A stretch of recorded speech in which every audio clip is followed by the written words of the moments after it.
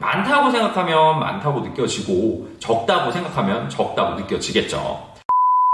안녕하세요. 옆반남교사 조선생입니다. 선생님들, 일반적인 직장인들이 가장 손꼽아 기다리는 것은 무엇일까요? 바로 퇴근과 월급입니다. 특히 월급은 더욱 기다려지게 되는데요. 매달 11일에서 13일 사이에는 저 같은 경우도 나이스를 들락날락 하면서 행정실에서 획정한 급여 명세서를 확인을 하곤 합니다. 이 급여 명세서를 통해서 이번 달은 얼마를 받겠다라는 것을 예상해 볼 수가 있는데요. 그런데 선생님들도 아시겠지만 이 급여 명세서에는 그냥 급여라고 해서 묶여서 금액이 표시되는 것이 아니라 정말 많은 수당과 세금, 공제 내역 등이 각 항목별로 제시가 되어 있는 것을 알 수가 있습니다. 또 명절, 1월이나 7월, 5, 6월 사이가 되면 여러 가지 금액이 추가로 나오게 되죠. 신규 적용력 시절 이 항목들이 도대체 무엇을 의미하는가에 대한 궁금증이 있었습니다. 선생님들도 마찬가지이실 것이라고 생각을 해요.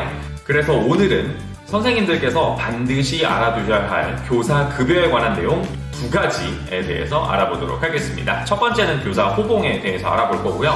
두 번째는 각종 추가 수당 설명을 포함해서 급여 명세서 항목에 대해서 자세하게 알아보도록 하겠습니다. 오늘 내용은 유초, 중등 및 특수교사의 공통적인 부분에 대해서 다룬다는 점 짚고 넘어가도록 하겠습니다. 오늘 내용을 통해서 선생님들께서 교사 급여에 대해서 보다 똑똑하게 이해하시는 시간이 되었으면 좋겠습니다. 오늘 내용도 마음에 드셨다면 구독, 좋아요, 댓글까지 꼭 좀 부탁드리도록 하겠습니다. 그럼 영상 시작할게요. 자, 첫 번째로 알아볼 부분은 바로 교사 호봉에 관한 것입니다. 교사는 일반 공무원과 다르게 급수로 표현을 하지 않고 호봉으로 표현을 하고 있습니다. 일반적으로 교육대 및 사범대 졸업자는 9호봉부터 교직 생활을 시작하게 되고요. 사범대에서 교직 이수를 한 경우에는 8호봉부터 시작을 하게 됩니다. 사범대 특수교육과를 졸업한 특수교사 같은 경우에는 10호봉부터 시작을 한다고 보시면 되겠습니다. 호봉에 따라서 받는 봉급은 달라지게 되고요. 봉급뿐만 아니라 명절 휴가비나 정근 수당 등도 호봉을 기준으로 하기 때문에 이 내용이 정말 중요하다고 볼 수 있을 것 같습니다. 자, 우리 다시 본 내용으로 돌아와서 보면 호봉에 따른 봉급이 교사의 기본급이라고 생각을 하시면 될 것 같아요. 그리고 이 봉급은 매년 인사혁신처에서 물가상승률을 반영하여 재조정한 후에 획정해서 홈페이지를 통해서 공개하고 있습니다. 우선 인사혁신처에서 공개한 2020년도 기준 유초 중등교사 봉급표를 한번 살펴보도록 할게요. 자, 봉급표는 호봉에 따라 받게 되는 기본 봉급을 표시한 내용이고요.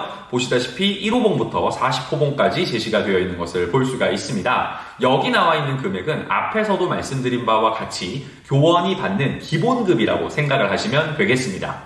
이 금액을 기본으로 그리고 기준으로 해서 여러 가지 수당이 붙어서 총 급여액이 결정이 됩니다. 여기에서 세금이나 각종 공제 내역을 뺀 금액이 실수령액이라고 보시면 될 것 같아요. 우리는 9호봉 금액을 먼저 보도록 할게요. 자, 2020년 기준 9호봉의 봉급은 206만 1,700원이고요. 12호봉까지는 약 5만원씩 증가하는 것을 볼 수가 있습니다. 그러다가 13호봉부터 21호봉까지는 10만원 조금 넘는 금액이 상승을 하고 있습니다. 22호봉부터는 26호봉까지는 11만 5천원 정도의 금액이 상승을 하고요. 27호봉부터는 12만원이 조금 넘는 금액이 상승폭으로 작용해서 봉급을 구성하고 있습니다. 그러다가 37호봉이 되면 11만원으로 다시 상승폭이 조정되는 것을 볼 수가 있어요.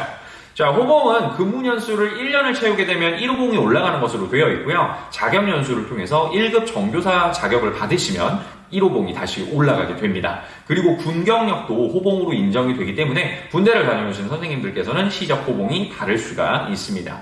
그리고 초등교사 같은 경우는 병역을 면제받은 자가 아닌 경우에는 임용 발령 후 군대를 다녀오는 경우가 많아요. 저 같은 경우도 그렇고요. 임용 후 군복무는 병역 휴직에 해당되기 때문에 교육 경력에는 기산이 되지 않지만 호봉은 기산이 되어서 나타나는 것을 볼 수가 있습니다. 자, 두 번째 알아볼 내용은요. 교사급여 명세서 항목별 내용입니다. 내용이 굉장히 많으니까 선생님들께서 주의 깊게 봐주시면 좋을 것 같아요. 화면에 나오는 급여 명세서는 제 거고요. 금액 내역과 임용일 등은 개인정보이기 때문에 삭제를 했으니 선생님들께서 참고해 주시면 감사하겠습니다. 차근차근 하나씩 설명을 좀 드리도록 할게요. 위에 보시면 일반적인 교사 신상 명세가 나와 있는 것을 볼 수가 있고요. 자신이 몇 호봉이고 몇 년의 교육 경력을 가지고 있는지 가장 상단에서 확인을 하실 수가 있습니다.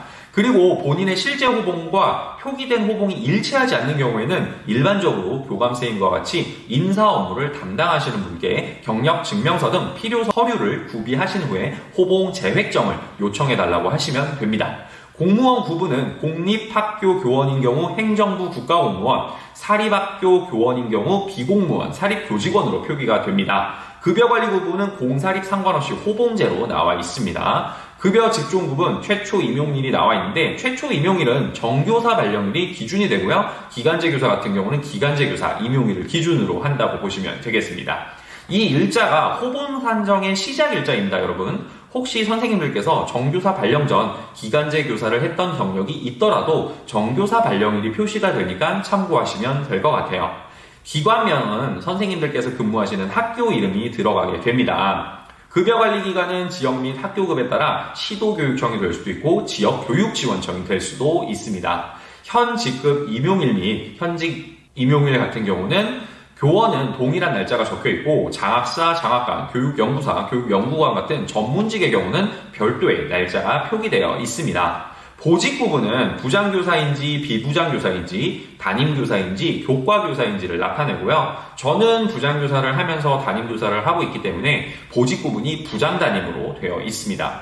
담당 과목 같은 경우는 일반적으로 초등은 공란으로 되어 있고요. 중등의 경우는 해당 교과목이 표기가 되어 있습니다.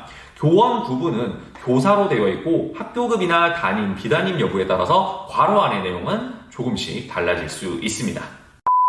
자, 세부 내역을 한번 살펴보도록 할게요. 자, 급여의 세부 내역은 크게 급여 내역, 세금 내역, 공제 내역으로 구성이 되고요. 실수령액은 급여 내역에서 세금 내역과 공제 내역을 합한 금액을 제한 다음에 지급되는 금액이라고 보시면 되겠습니다. 우선 급여 내역의 각 항목을 알아보도록 할게요. 본봉은 선생님들의 호봉에 따라 결정되는 기본 봉급이라고 보시면 되고 앞에서 보여드린 호봉별 봉급표를 참고해 주시면 되겠습니다. 그리고 정근수당 가산금이라고 있네요. 자, 정근수당 가산금에 대해서 알아보기 전에 저희는 정근수당이라는 개념을 먼저 알아야 될 것 같아요. 정근수당에는요, 1년에 2번, 1월과 7월에 일정 비율로 지급하는 보통의 정근수당과 매달 받는 정근수당 가산금이라는 것이 있습니다. 공무원 정근수당의 경우 1년 미만 재직자에게는 미지급이 되고요. 경력이 2년 미만일 경우에는 호봉에 따른 봉급의 5%부터 시작해서 10년이 되면 봉급의 50%에 해당 금액이 지급이 됩니다. 지급 요건도 알아봐야 되겠죠? 정근수당 1월 지급 요건은 1월 1일 현재 공무원의 신분을 보유하고 봉급이 지급되는 자들 중 지급 대상 기간인 전년도의 7월 1일부터 12월 31일까지의 기간 중에 1개월 이상 봉급이 지급되는 공무원이어야 합니다. 7월 지급 요건은요, 1월과 마찬가지로 7월 1일 현재 공무원의 신분을 보유하고 봉급이 지급되는 자 중 지급 대상 기간인 해당 연도 1월 1일부터 6월 30일까지의 기간 중 1개월 이상 봉급이 지급된 공무원이어야 합니다. 정근수당 가산금은 매월 지급되는 금액이고요. 5년 이상 10년 미만은 5만원, 10년 이상 15년 미만은 6만원, 15년 이상 20년 미만은 8만원, 20년 이상은 10만원씩 매달 받게 되는 금액이라고 보시면 되겠습니다. 그리고 5년 미만 교원에게는 지급되지 않으니까 참고하시면 될 것 같아요. 자, 그 다음은 정액급식비입니다. 정액급식비는 공무원 수당 등에 관한 규정 제18조에 의거 지급이 되고요. 2001년에 신설이 되었다고 해요. 처음에는 매년 8만원씩을 지급해서 조금씩 오르다가 2005년에 13만원으로 변경이 된 후 그 금액을 계속 유지하고 있었습니다. 그리고 드디어 2020년에 14만원으로 변경이 되었습니다. 정액급식비는 직급과 상관없이 모두 동일하게 지급이 되고 있습니다. 21일 정도 근무한다고 가정하면 점심값 한 끼를 6,670원 정도로 산정했다고 보시면 될 것 같아요. 교직수당은 모든 교사에게 기본적으로 지급되는 수당이고요. 25만원으로 책정이 되어 있습니다. 그리고 여기에 교직수당 가산금이라는 것이 있는데 각 교사의 신분 및 상황에 따라서 가산금은 달라질 수가 있어요. 교직수당 가산금 1과 같은 형태로 표기가 되어 있고요. 공무원 수당 등에 관한 규정 제14조 관련 별표 11을 보시면 나와 있는데 총 10가지로 제시가 되어 있습니다. 제가 다 설명을 드릴게요. 가산금 1의 경우는 원로고사 가산금이라고 해서 30년 이상의 교육 경력을 가진 55세 이상의 교사 및 수석교사에게 지급되는 금액이고요. 월 5만 원입니다.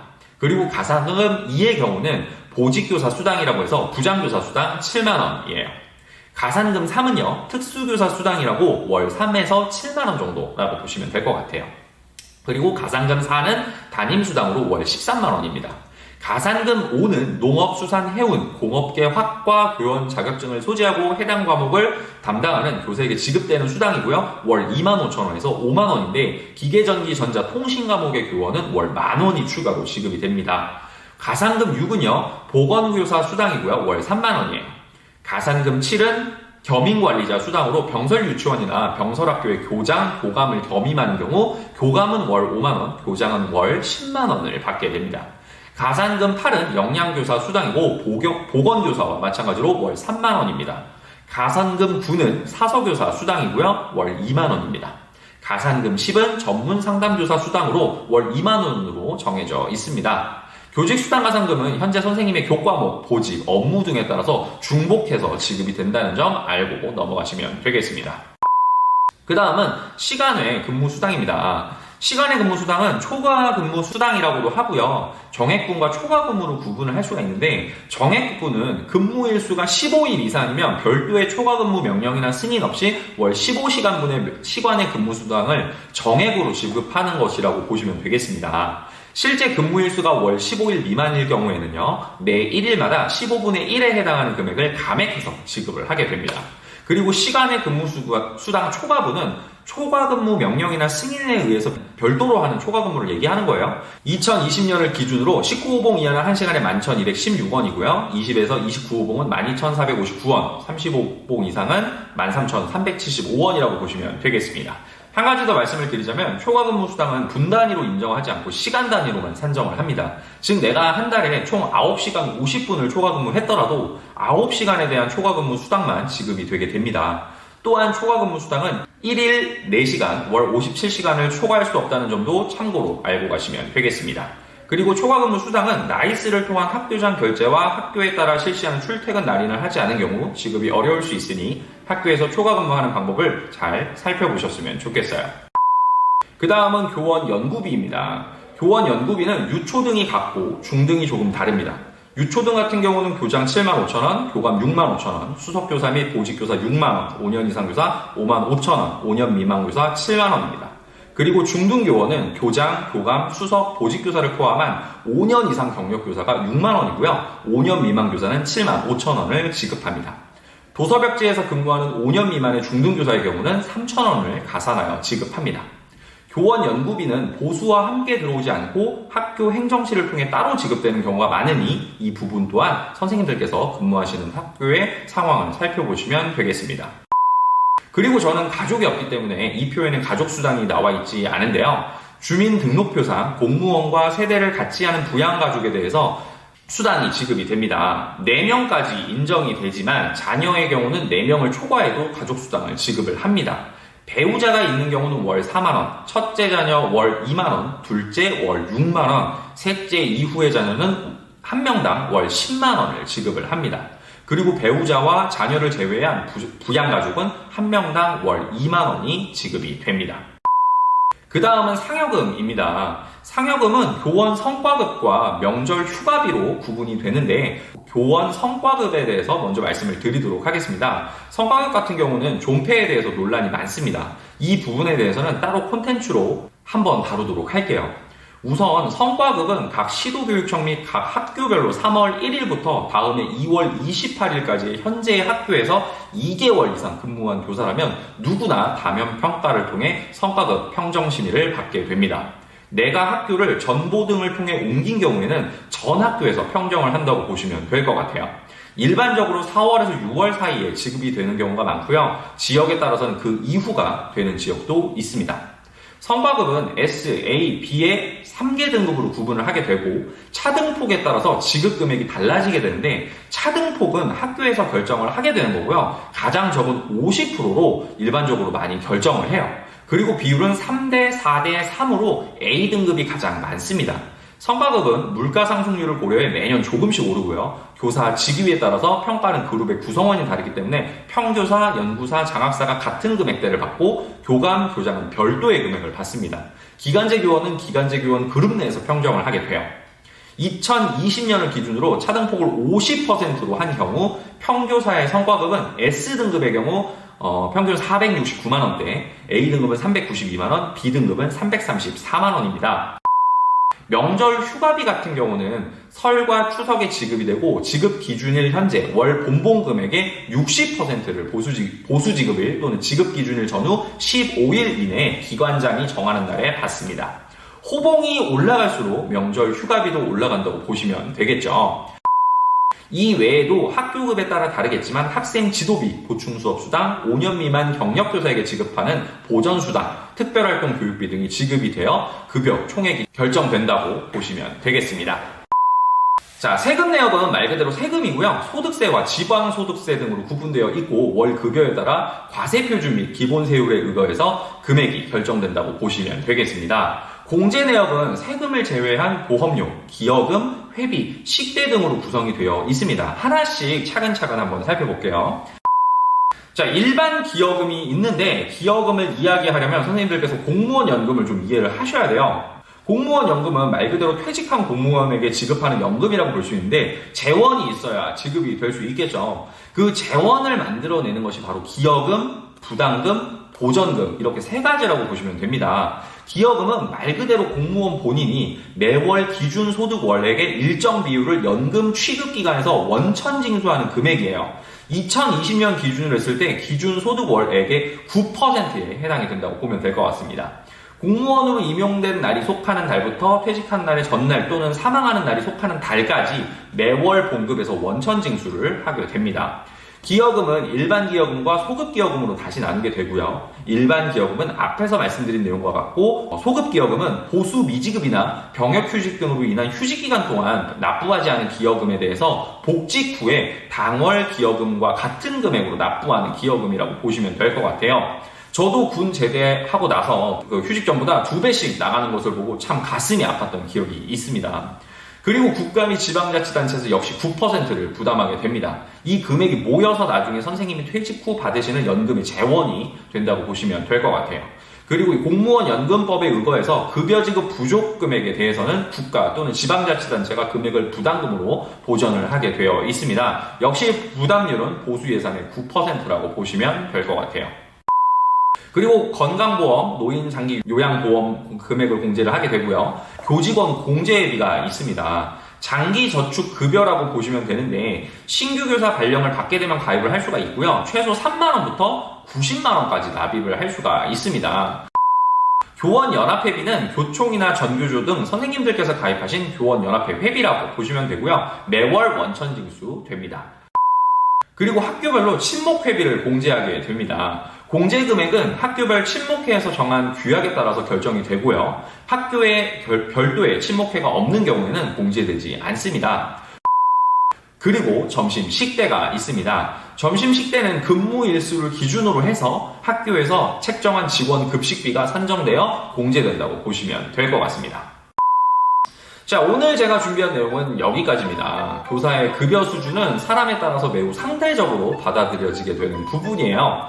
많다고 생각하면 많다고 느껴지고 적다고 생각하면 적다고 느껴지겠죠.